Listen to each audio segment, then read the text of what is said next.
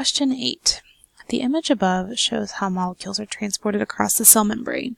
Which of the following is showing active transport? Okay, so your image that you have actually looks very similar to your cheat sheet image. Okay, remember, for active transport, we're using energy. So when you have your cheat sheet image, I know in my class, we kind of drew an umbrella over this to kind of separate these two on this side from the one on the right.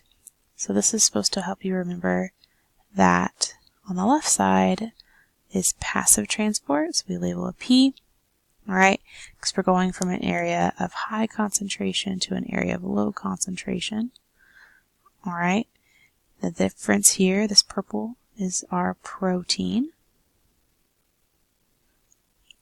And then our left side is opposite. It's going to be our active side because we're going from an area of low concentration, low amount across the membrane, to an area of high concentration. Okay, we still have this protein here helping us out, plus we have this little sunburst image to remind us that that is ATP, which is going to be our energy source.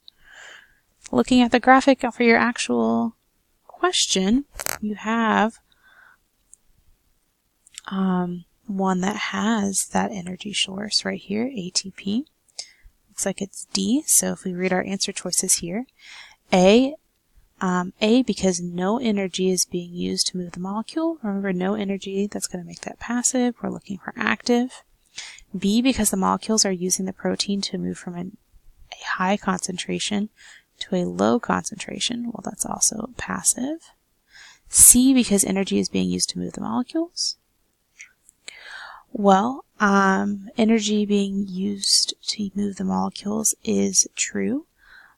That would make it active, but if you look at the picture, there is no energy. We're actually going from an area of high concentration to low concentration. So that's going to make this one passive. So C, we're going to put an X by C. And D, because energy is being used to move the molecules. Well, D has that ATP. Looks like that would be our best answer choice for number 8, is D.